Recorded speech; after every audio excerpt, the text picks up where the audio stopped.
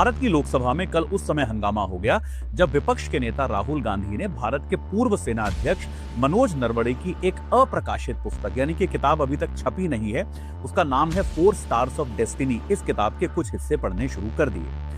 इन हिस्सों में मनोज नरवणे साहब बताते हैं कि जब चाइना की तरफ से 4 टैंक भारत की सीमा के अंदर घुस रहे थे, तब वो भारत के राजनीतिक नेतृत्व से दिशा निर्देश मांग रहे थे कि उन्हें क्या करना चाहिए, लेकिन ऐसे कोई दिशा निर्देश उनको दिए नहीं गए। संसद में यह कहा गया कि एक तो सबसे पहले राष्ट्रपति के अभिभाषण पर जो चर्चा हो रही थी, उससे नरवणे की किताब जो है वो किसी भी तरह से जुड़ी हुई नहीं है, वो लिंक नहीं है। दूसरी बात जो संसद में कही गई कि यह किताब अभी प्रकाशित नहीं हुई है और किसी भी अप्रकाशित किताब के अंश को सत्य नहीं माना जा सकता। ऐसे में विपक्ष के नेता को उसका जिक्र करने से बचना चाहिए था। याद रखिए, नरवणे की ये किताब जो है 2023 में लिखी गई थी।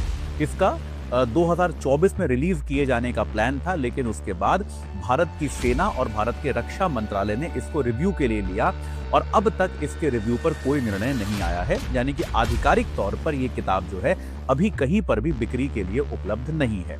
नरवणे साहब से जब पूछा गया कि भाई आपकी पुस्तक की बिक्री क्यों नहीं हो रही है, ये अभी तक क्यों नहीं छपी है, तो उन्होंने इस पर कोई टिप्पणी करने से इनकार कर दिया। उन्होंने कहा कि उनका काम केवल किताब को लिखना है, उसके बाद किताब को लेकर जो भी अनुमतियां चाहिए होती है वो किताब का पब्लिशर लेता है, ये लेखक का काम नहीं है। तो ये विवाद जो है ये अभी तक बना हुआ है। आपको इस मामले में क्या लगता है कि क्या भारत के पूर्व सेना अध्यक्ष की किताब के हिस्सों को लोकसभा में पढ़ने की अनुमति देनी चाहिए थी, या फिर विपक्ष के नेता को एक अप्रकाशित किताब को पढ़ने से बचना चाहिए था? इसमें आपको क्या लगता है, आप कमेंट के माध्यम से जरूर बताइए।